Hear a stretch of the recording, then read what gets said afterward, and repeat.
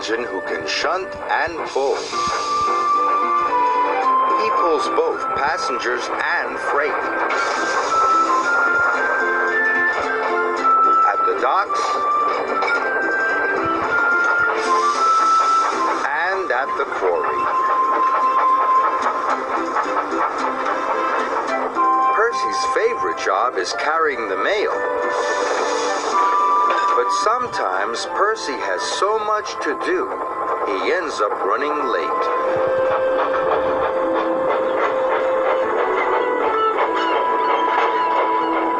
One evening, Percy arrived late at Brendam Docks.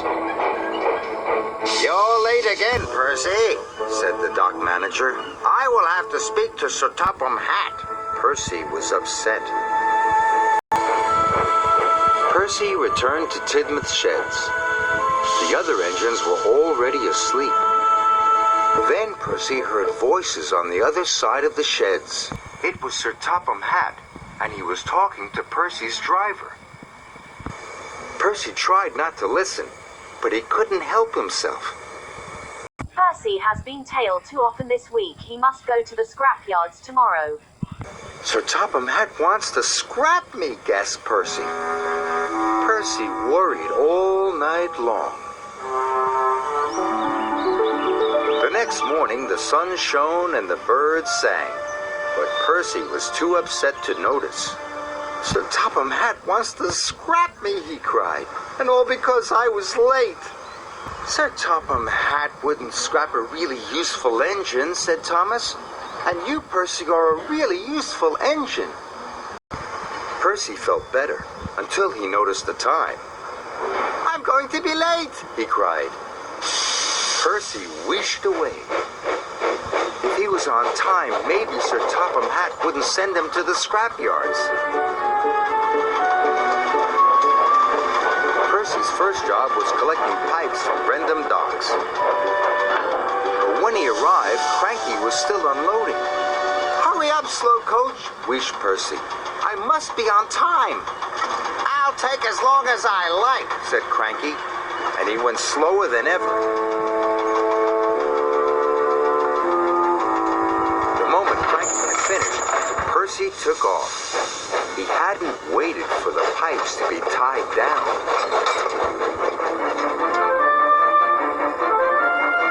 Percy rounded the bend. The pipe slipped and fell all over the track, but Percy puffed on.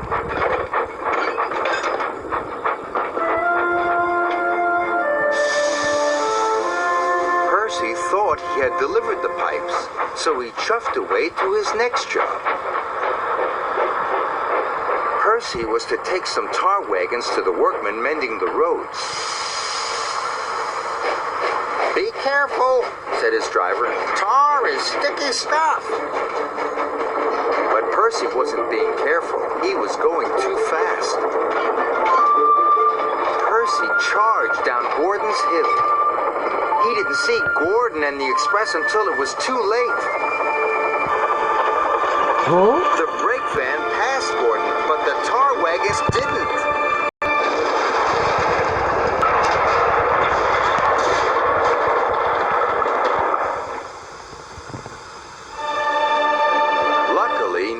Was hurt, but Gordon was very cross.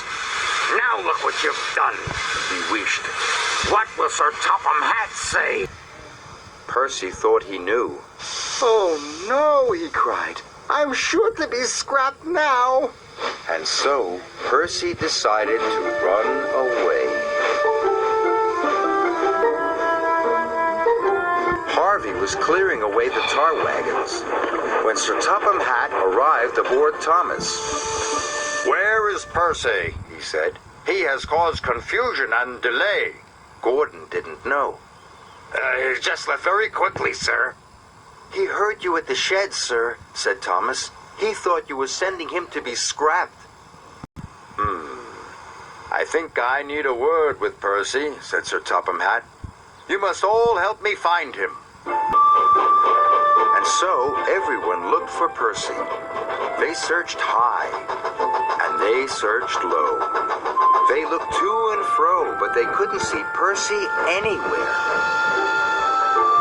"What's to become of me?" Percy whispered. But there was no one around to hear. Percy looked very small and felt very lonely. Thomas and Sir Topham Hatt were looking for Percy on Thomas's branch line. Thomas suddenly had an idea. "I think I know where Percy is, sir." And he puffed back to Tidmouth Sheds as fast as he could.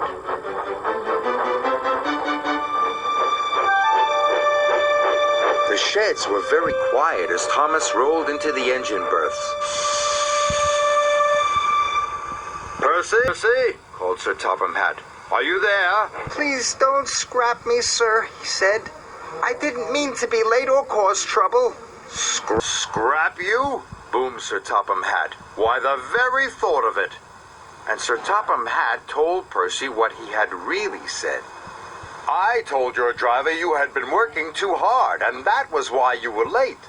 I had decided that after taking some scrap to the smelters, you were to carry the mail all week." Percy was as happy as he had ever been. "Do you really mean it, sir?" puffed Percy proudly. "The mail for a whole week! Yes, Percy. Thank you, sir." Percy couldn't stop himself tooting for... Thomas tooted too.